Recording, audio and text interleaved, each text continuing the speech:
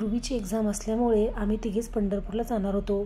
मग तिला पण टिफिन बनवायचा होताच, तर आमचा पण टिफिन बनवला.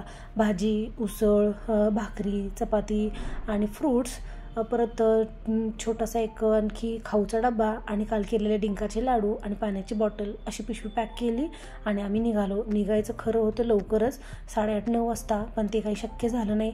आम्हाला निघेपर्यंत 10 वाजले. ह्यांचं म्हणणं तो पटकन जाऊया म्हणजे जरा आपल्याला जास्त वेळ भेटेल, कारण आम्हाला लगेच दुसऱ्या दिवशी रिटर्न यायचं होतं. तर बघता बघता उशीरच झाला.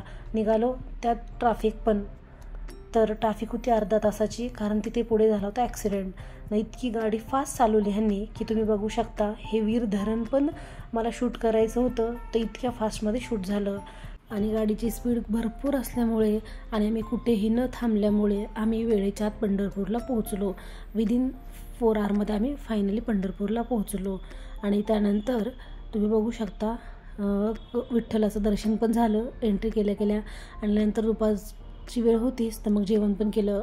उसळ, गवारीची शेंग, मेथीची भाजी, बटाट्याची भाजी, चपाती. नंतर सगळं जेवण वगैरे झालं, भांडे वगैरे आवरले आणि आम्ही आलो आमच्या बांधकामावर मिस्टरांसाठी चहा घेऊन.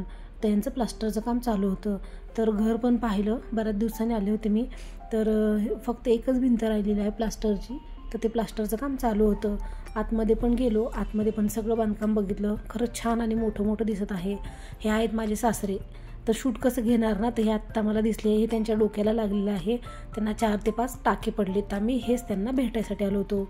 त्यांची गडबड, मीच मारतो पाणी या भिंतीला. म्हटलं नाही, आता एवढा तरी चान्स द्या, मला तरी पाणी मारू द्या. तरूचा पण हट्ट चालला, मला पण मारायचं आहे, मला पण शिकायचं आहे.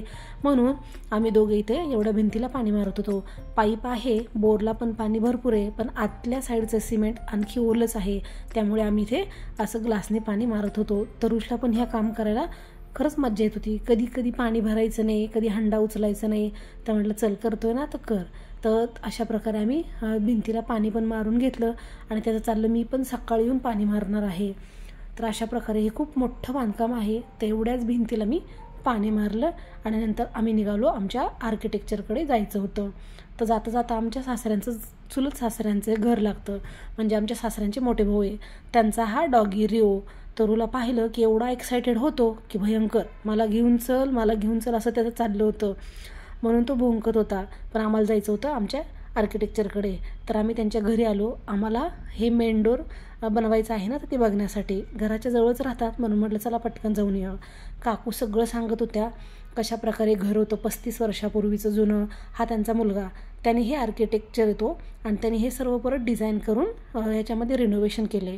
तर तेच आम्ही इथे बघण्यासाठी आलो होतो. आजकालचं ट्रेंडिंग हे देवघर, अशा प्रकारे त्यांनी 35 वर्षापूर्वीच्या घराचं रिनोव्हेशन केलं. जाताना परत रिओला भेटलो. रुसला होता, तर बोलत होता पण त्याला तो काही बोलतच नव्हता. आणि असा गेला आमचा कालचा दिवस.